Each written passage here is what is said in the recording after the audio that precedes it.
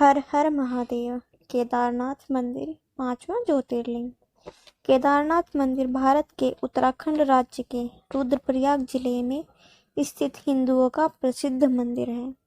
उत्तराखंड में हिमालय पर्वत की गोद में केदारनाथ मंदिर 12 ज्योतिर्लिंग में सम्मिलित होने के साथ 4 धाम और 5 केदार में से भी एक है। यहाँ की प्रतिकूल जलवायु के कारण यह मंदिर अप्रैल से नवंबर माह के मध्य ही दर्शन के लिए खुलता है।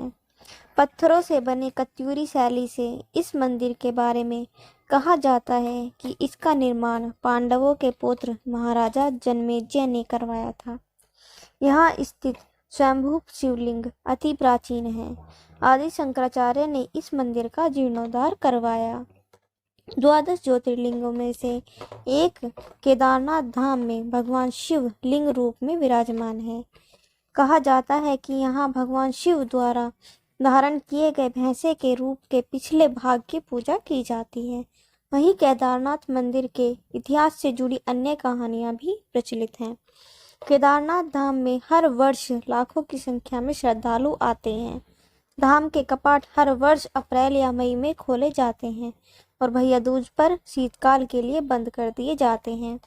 शीतकाल में बाबा केदार की जल विग्रह उत्सव डोली को ऊखीमठ स्थित ओमकारेश्वर मंदिर लाया जाता है। 6 माह के लिए बाबा यहीं विराजमान रहते हैं। केदारनाथ धाम का उल्लेख स्कंद पुराण के केदार खंड में मिलता है। कहा जाता है कि मंदिर का निर्माण कत्यूरी शैली में हुआ है। पांडवों के वंशज जन्मेजय ने यहाँ इस मंदिर की स्थापना की थी। बाद में आदि शंकराचार्य द्वारा इसका जीर्णोद्धार करवाया गया था। मंदिर के संबंध में कई मान्यताएं प्रचलित हैं। मान्यता है कि महाभारत के बाद पांडव अपने गोत्र बंधुओं की हत्या के पाप से मुक्ति के लिए भगवान शिव की शरण में जाना चाहते थे और इसके लिए वह भगवान शिव की खोज करने हिमालय की ओर गए। तब भगवान शिव अंतर्ध्यान होकर केदार में जा बसे। पांडव भी उनके पीछे केदार पर्वत पहुंच गए। तब भगवान शिव ने पांडवों को आता देख भैंसे का रूप धारण कर लिया और पशुओं के बीच में चले गए।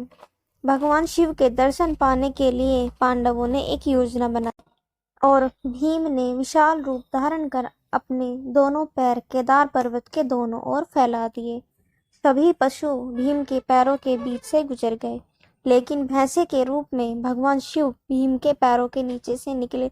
तभी भगवान शिव को पहचान कर भीम ने भैंसे को पकड़ना चाहा तो वह धरती में समाने लगे।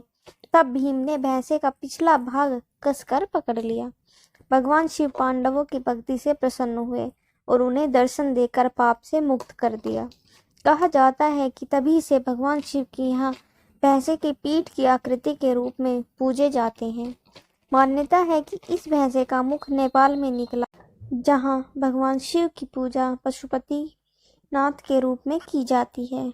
यह भी कहा जाता है कि हिमालय के केदार पर्वत पर भगवान विष्णु के अवतार तपस्वी नर और नारायण ऋषि ने तपस्या की थी।